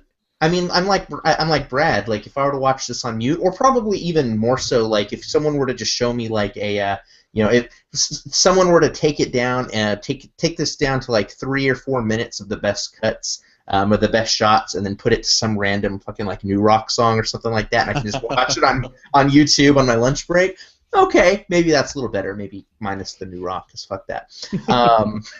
But that's where it really shines. Show me a couple shots, I'm good. Other than that, who should go see this film? I mean, if you're doing an internet movie review show, you should probably go see this film so that you can talk about it. But past that, if you're looking for like big epics, just wait a couple days and go see The Hobbit. If you're wanting something that's character driven, watch any of the great like character driven like Oscar bait movies that are out right now. It's if we were talking about this film coming out in like February when there's not as many other things coming out, I would say go watch it while it's here. But we're right in the middle of like we're right in the feast stage, not the famine stage of theatrical releases. So I would say skip this one and watch virtually anything else. Wow, good. We got a good range here. That's very good. Really good. You brought up the Hobbit movie in reference to this. It's going to be interesting to see how the Hobbit movie and this kind of compare in terms of impact. You know what I mean? Yeah. Obviously, one I think is going to make a lot more money, but in terms of how the movie's received. One thing another great thing. There's a couple of things that I did really like about this movie. One of them was that if you're fans of Guyliner, dude, you're gonna love this movie. Like, this movie had Guyliner galore all over. Sounds like you're reaching, Jim. No, I mean, like, I noticed that I'm looking at, my God, that king has amazing Guyliner, and so does Moses, right, at the beginning, and of course Ramses, Kind of piggybacking on that, the as part of the aesthetic, a lot of the makeup and costume choices were actually quite good. I thought there's a sequence fairly early on, so we can talk about it without it being in the spoiler section, where you've got Ramses going into a battle on the back of this chariot, and he's wearing this like golden armor and everything. Yeah, it looked really, really cool. Like I really liked the choices they made with how they armored him and just how they made him up. I mean, he had the most gorgeous damn like made up eyes that that you'll see in this type of movie. So I mean, from an aesthetics perspective, they did a really good job. Yeah, I thought the production design was great. I mean, I thought the production design, especially in Egypt, Memphis, right, in Egypt, right. I thought that was spectacular. I mean, I did get a really good sense of place with the palace, and then there's, of course, the outlying areas where the slaves lived. I really enjoyed that. And as far as the performances go, I think, we may have a slight disagreement on Christian Bale, because in spite of the accents, and Will, you're right, his accents were kind of all over the place. There were times where I leaned over to Brad and I said, does he still think he's in The Fighter with that Boston accent that's kind of creepy? I heard the Boston accent too, but not all the time, just a couple of the times. I didn't know Hebrews in Egypt had Boston accents. But then again, I didn't know God had an English accent either. So we're going to have that discussion later at some point too. But I actually liked Ben Kingsley in this. I know it was a small role. I know he didn't have a lot to do, but I mean, Ben Kingsley is a great actor, and he didn't flub that role. I can tell you that. I mean, it wasn't a lot to do, but I think he did a fair job with it. Aaron Paul, I think you could have written his whole character right out of the movie and been totally fine with that. He didn't do anything, didn't say anything till the last part of the movie, and then it was inconsequential. Right. And Sigourney Weaver was just basically, was she Ramsey's wife in the movie, or was she the king's wife? No, she wasn't Ramsey. She was the king's Ramsey's wife. mom. She was, She was the queen. All right, whatever. Right. Yeah. But yeah, as far as the performances go, and there's one more that I want to talk about in spoilers that we really can't talk about here. Yeah. That really bugged me. I thought the and we'll get into it more. I thought the idea of it was great. I thought the execution of it was terrible. Yeah. So we'll get into that a little bit more. But yeah, I'm glad that we have differing opinions of the movie. So makes discussion more interesting, right? Right. Yeah. Well, let's just dive right into spoilers. I think we're pretty much at that point. Those of you who are watching live, again, if you've not seen the movie and don't want to be spoiled, now's your chance to step away, come back in 10 to 15 for plugs. Otherwise, you're hanging on at your own tacitly understood agreement that we're gonna spoil you. So here we go. Spoilers are officially fair game. This isn't so much a spoiler, but whatever. The only thing I really wanted to walk away from this movie with at the end was Moses' sword. That thing was fucking awesome. I love the design. I liked the sword. I hated the idea of the sword. And let me explain what I mean by that. Like, I think it looked really freaking cool, but it seemed like the type of thing that I would see in like kind of a bad video game where it's like the antagonist and the protagonist have matching swords. Like that's the type of thing that's like It was corny. I rolled my eyes so fucking hard when they got the, you have these matching swords, but you have each other's swords, so you'll always protect one another. That said, and again, I'm going to say this, like, probably you mean that wasn't in the Bible? It looks really cool. It looks really cool. So, he's really... It's hard because we're talking about Ridley Scott, a guy who I used to think of as kind of like the thinking man's blockbuster, right? Or maybe not the thinking man's, but I mean, you have you have Blade Runner and you have Alien. You have some amazing films that really take the genres to like the next level, and then you've got this, which feels like certainly he brings his ability to like craft a scene, but I don't feel like he really added a lot past that. Like maybe like from a narrative perspective, it was on autopilot. I don't know. Yeah. And Will, to further that point, then, so you're right. I mean, the story basically is on narrative autopilot because it's such a well-worn story, and anything you do to change it up is going to be met with, scorn. With spoilers for Noah coming up, by the way, like the rock monsters in Noah. You know what I mean? People were like, "What the fuck is this?" And some people liked it, and some people didn't. And he didn't really change up the story that much in this movie. So you got to wonder at the end of everything, the end of the day, what was he really trying to? Why was he making this movie? Right. Why was Ridley Scott? This has to be something. Why he was making this movie, and it wasn't apparent to me in the movie itself. Does that make sense? That reason was? Yeah. Right. Yeah. Why should I watch this and not just go rewatch the Ten Commandments? The Ten Commandments. Or rewatch the Prince of Egypt, which I thought was, if I'm putting this up against Prince of Egypt, I think Prince of Egypt was a vastly superior movie. I never saw Prince of Egypt. It was an animated movie with songs. And you totally should watch it. It's one of the best animated. Not Prince of it is really good. Not Prince of Persia. No, not Prince of Persia. Prince of Egypt is one of the best, tellings of this story, and that's saying a lot because there's so many.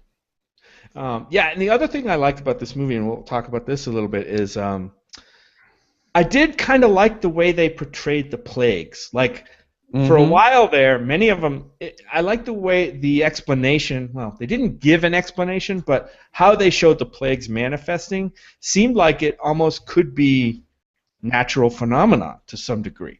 Right. Yeah, like an aberration of nature. The crocodiles I thought were freaking awesome. You know, Right. the crocodiles like stirring up the water and attacking everything and making the fish all die, and then the flies, and I thought that was really cool. And then you had the kind of the comedic the comedic beat of the dude, like the palace advisor, trying to explain, like, oh yes, and then the alligator stirred up the water, and then the next scene you see him is he's hanging. But I actually liked sort of that interpretation of the plagues. Like, it's one of those things where you know, there's always this line you walk in these kinds of movies, right? Like, here you have God, this, like, you know, fantastical being with unlimited power or whatever, and, you know, sure, he's making bad things happen, but I think the movie kind of gave you, sort of like Noah did a little bit, a little line of realism for how it was kind of sparked off. The 10th plague, the firstborn, you know, plague or whatever, is sort of different, but it's like the comedic guy was saying, right? Like, the crocodiles churned up all the blood in the water, which killed all the fish, which then brought all the flies, which then spread all the diseases. 5 golden rings. You know what I mean? And I appreciated that, and I thought it was kind of a funny little riff, like, you know, just a nice moment to step back and kind of poke fun, but also too it made me appreciate sort of the realism of bringing that in. I really think that the plagues themselves are one of the best elements of this movie. You know, obviously a lot of money was spent on special effects. Yeah. I wish I had that kind of money to help with the wrinkles under my eyes that I'm looking at right now, but you know what? That's okay.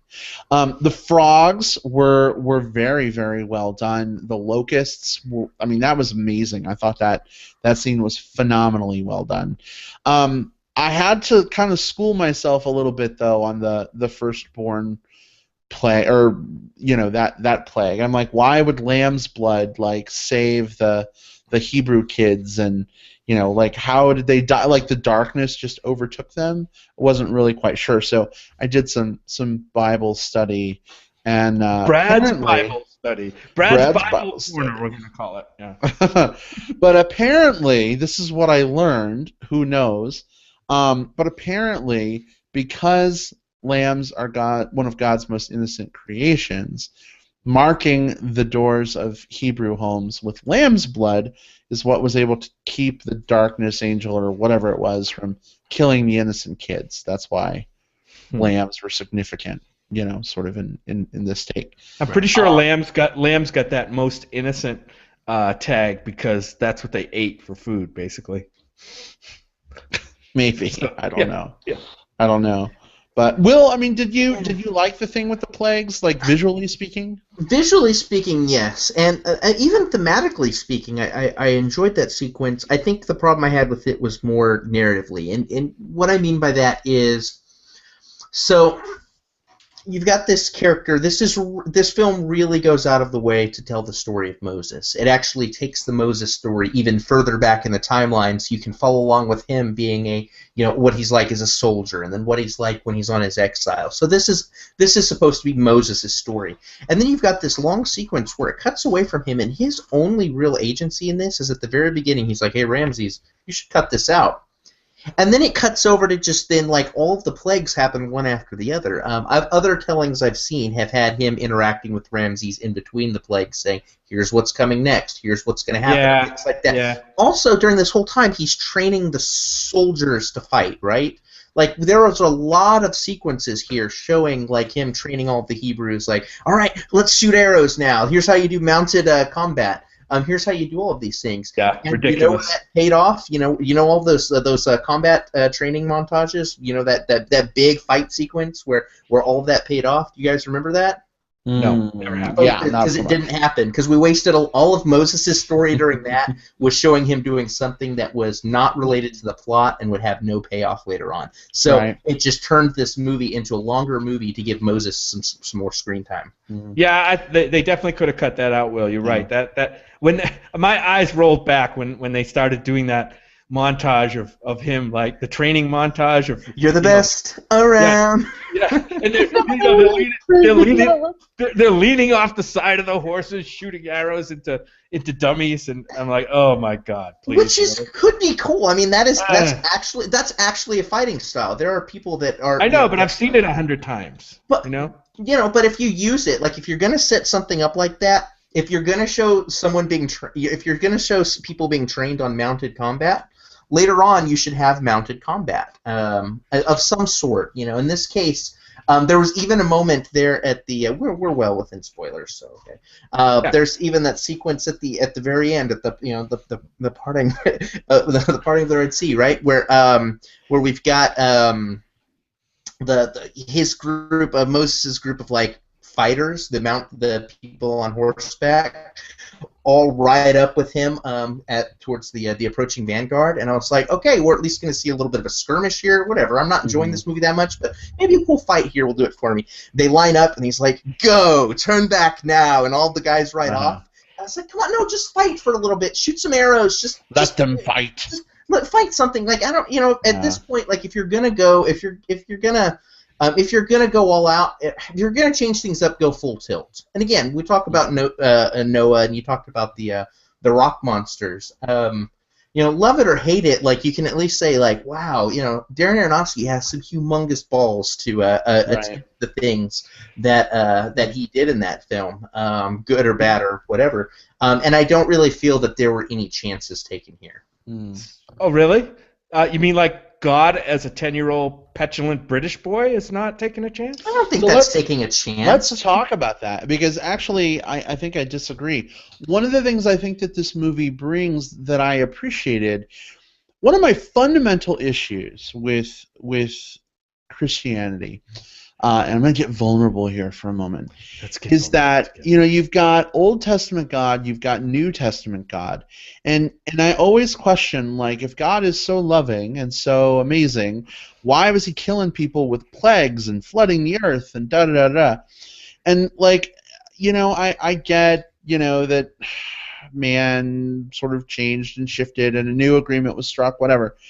But I like that this movie presented it as, at least this is my take, that back then maybe God was a young, immature being. You know what I mean? I mean, maybe he's just presenting himself as a kid to Moses. Maybe he's not a child.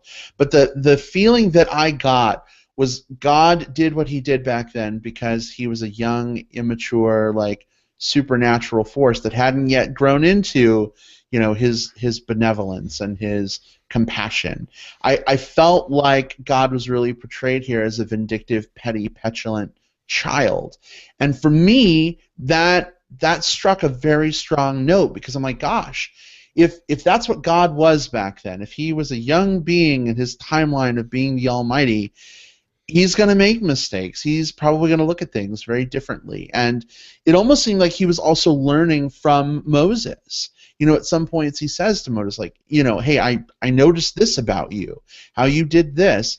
And for me, it felt like this cool sort of dichotomy between, like, God being all-powerful, but maybe God learning some humanity from Moses and that having a positive effect. I've been talking for like 10 minutes, but that's something that I appreciated about it.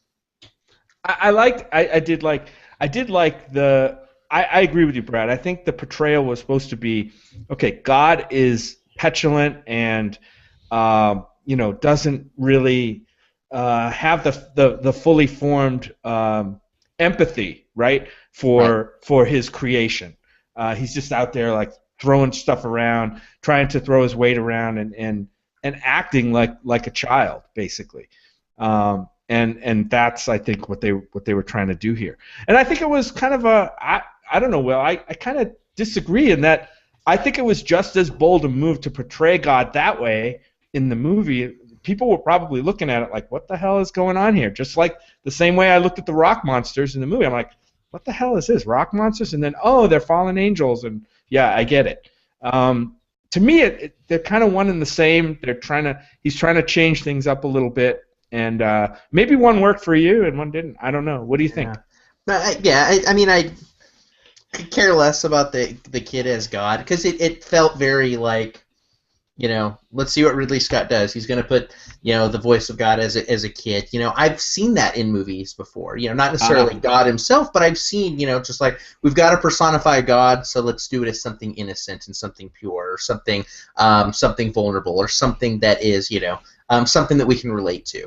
And even in films that aren't necessarily portraying God that way, I've seen them introduce. I've seen filmmakers take a complex entity and present it as a child as a on-screen dichotomy. An example from also a crappy movie is the first Resident Evil movie, which or was it the second one? Shit, and I don't remember. The one that had the Red Queen personified as this little British girl. Right.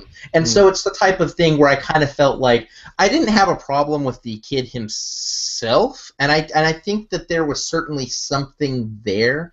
I felt like those scenes between Christian Bale and Child God had promise. They had this little glimmer that I don't feel, at least to me, they quite lived up to. But compared to a lot of this other film, the rest of this film that felt very flat, very at least narratively kind of samey, I at least saw a glimmer of potential there. And to me, it's disappointing because they could have done more with it. If we wanted to see petulant God being petulant, we could have seen him throw a tantrum. Imagine if he, again, I'm not the filmmaker, but imagine if he was throwing a tantrum there and then it manifested as one of the plagues or something. Well, that's what I mean. You're right, Will. I agree with you. I didn't think there was enough connection for me between the petulance of that kid as God and the manifestation of the plague. There wasn't didn't seem to be enough connection there, connective tissue. It was just okay, I'm going to show you something, and then all of a sudden 7 plagues happen. I think it's a hard line to walk as a filmmaker when you're making a movie about a beloved religion. You want to be careful not to ascribe too much, I guess, and maybe he is trying carefully not to piss people off by being too direct about it. I mean, look at Noah, right? Spoilers for Noah. We got the evolution, message in the movie. It was still under the umbrella of God, but it was done in kind of a visual montagey metaphor, as opposed to just saying it outright. I think you can say it without saying it, and I think it's interesting that we talk about like the Babadook and assigning sort of these deeper meanings. I'm not sure why we can't have the same thing here without having to be sort of hit over the head with it either. But it's interesting that this movie is very, very polarizing. We don't have a lot of time, but just real quick, I would like to touch on the whitewashing in the movie, because we really haven't talked about that. Or race bending, Jim, I think was the term you used. Is that right? Right. Taking one race in place of another. Mm-hmm. Right. So you have a movie largely about Egyptians and Hebrews, and pretty much all the main characters are neither Egyptian nor Hebrew. The main characters. The main characters, right. What's up with that? Is that really an issue? Are people making too much out of that, or? I think it's an issue for movies in general, and I think this movie is probably the worst. Well, one of the most recently worst examples of it. We have it all the time in movies. We still struggle with it. I have a feeling, I think I heard exactly why it's not right, but I think I heard exactly why it happened. He had to have names in this movie, and he thought that the names that he picked, which were all white people, would, when you go to the studio and you present an idea and say, I want $220 million to make this biblical epic about Moses. And they're like, well, what are you going to bring to the table? It's already been done in the Ten Commandments, you jerk. And they're like, oh, well, I've got Ben Kingsley and I've got Aaron Paul. He'll bring in the young audience from Breaking Bad. And I've got Sigourney Weaver, who's been in my movies before, and we know how great she is. And Christian Bale, And that's how they sell these movies to the studios, and I bet that's exactly what happened in this movie. Could be. Yeah, they say it's a business decision, and it is. but business decision is not a shield against criticism. And Right. Nope. we're in an age we're in the internet age. We're in the Tumblr age, and not Bear Tumblr. The real Tumblr is full of people that take these social causes and really champion them. And Right. more and more and more people are shining lights on this sort of thing. If we look, honestly, we keep comparing to Noah. Noah didn't get this type of criticism, and it came out this same year. And so it's one of those things where filmmakers are going to have to be more and more cautious of this, and I'm Right. cool with that. If that gives us more. If we get to see more people who aren't names being able to lead films, if I'm going to be able to see more people of color headlining films in the mainstream as opposed to in niche markets, I'm all for that. Yeah. Yeah. I got to be honest. I mean, of all the problems this movie had, and I said, in the end, I did enjoy this movie as a sum. I did have my problems with this movie, but the race bending was not the biggest of those problems for me. I was aware of it. I knew it was there, but it didn't make the movie worse for me. Yeah. All right. Well, guys, how about we move on to some plugs? Are you comfortable with that? Sure. All right. Yeah, let's do it. Will, what's your plug? So I had a chance to watch a movie that is also out that I think people should absolutely go see, and it's called Wild. This is the new Reese Witherspoon movie, directed by Jean-Marc Vallée. It's about a woman who goes on a 1,100-mile solo hike up the Pacific Coast Trail in a journey to find herself. Man, this is a good film, and it's a film about walking. It's a film about this girl walking and all the things that happen to her. But there are so much that not just happens to her, but so much of her backstory that gets explained. This is an extremely well-acted piece that really dives into the motivations that get people to where they are today and the way that they overcome the obstacles that happened in the past. Really well told, really well acted. Really compelling watch. I strongly recommend you check out Wild. Excellent. It's definitely on the list. Will, did you get to see a screener of that, or what? I had access to a screener, but it was during the day, so I had to skip that and just see it during its regular release here in Austin. So it's been out for since last weekend here in Austin at least. Okay, I'm not sure it's here yet. I'll have to look for that one because it has been on my radar.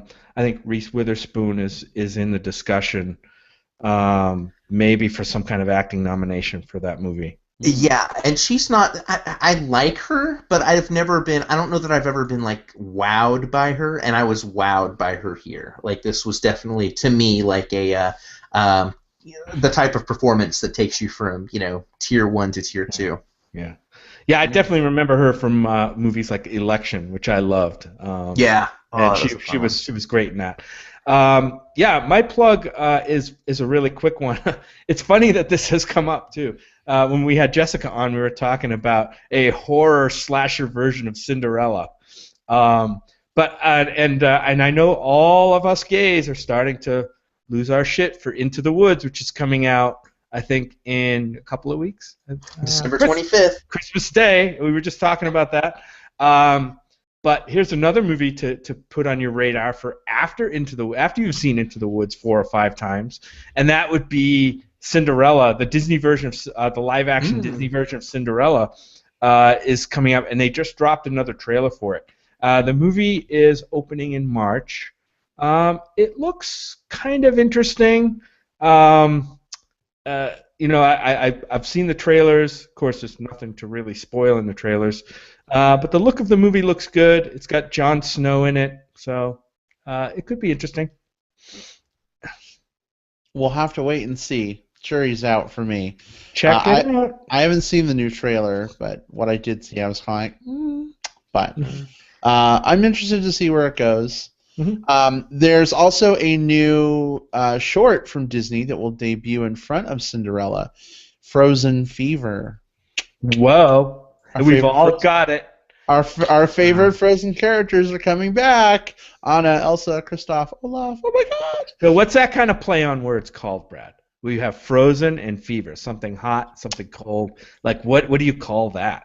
Is there a Cold sweat. literary term for that? Like when you put those two together? Antonyms, I guess? Or, When you put like opposites together? yeah. Interesting. Interesting. Well, yeah, you mean like military intelligence? Yes. Oxymoron. That's it. It's an oxymoron. That's it. That's Yeah. what it is. Got it. I knew you'd get there. Yeah, it's also got alliteration too, which I love. Frozen fever, FF. It's an alliterative oxymoron. Indeed. Okay, so for me this week, you know, we have a little thing called our 2-year anniversary coming up next week. And we are going to be celebrating that by reviewing the new Hobbit movie, which comes out this weekend. So my plug is The Hobbit, The Battle of the Five Armies, and our 2-year anniversary show next week. So go see the movie this weekend, then join us on Tuesday as we celebrate turning 2 and review the film. I don't quite know what we're doing yet special-wise for our celebration. We'll figure something out. Maybe it'll just be a quiet celebration. Just us and Bilbo, Smaug, and the gang. Low key, you know. Maybe we'll crack open a bottle of wine, you know. Maybe we'll all tease our hair into Hobbit afros. I don't know. We'll figure something out. Blow smoke rings at each other. Brad, I don't know if you've looked at the video, but I think you might have the most hair of all of us. Maybe. You can use your beard. You can do a dwarf beard. There we go. There you go. There you go. All right. Well, that's it for us this week. Special thanks again to Jessica Cameron for joining us on the show. Total blast having you, Jessica. Thank you so much for being with us. For those of you who are commenting live, Kitty and Ryan and everybody else, we really, really appreciate you guys checking out the show and hanging out with us tonight. Have a good week, all, and we'll see you next time. Bye. Bye. Bye.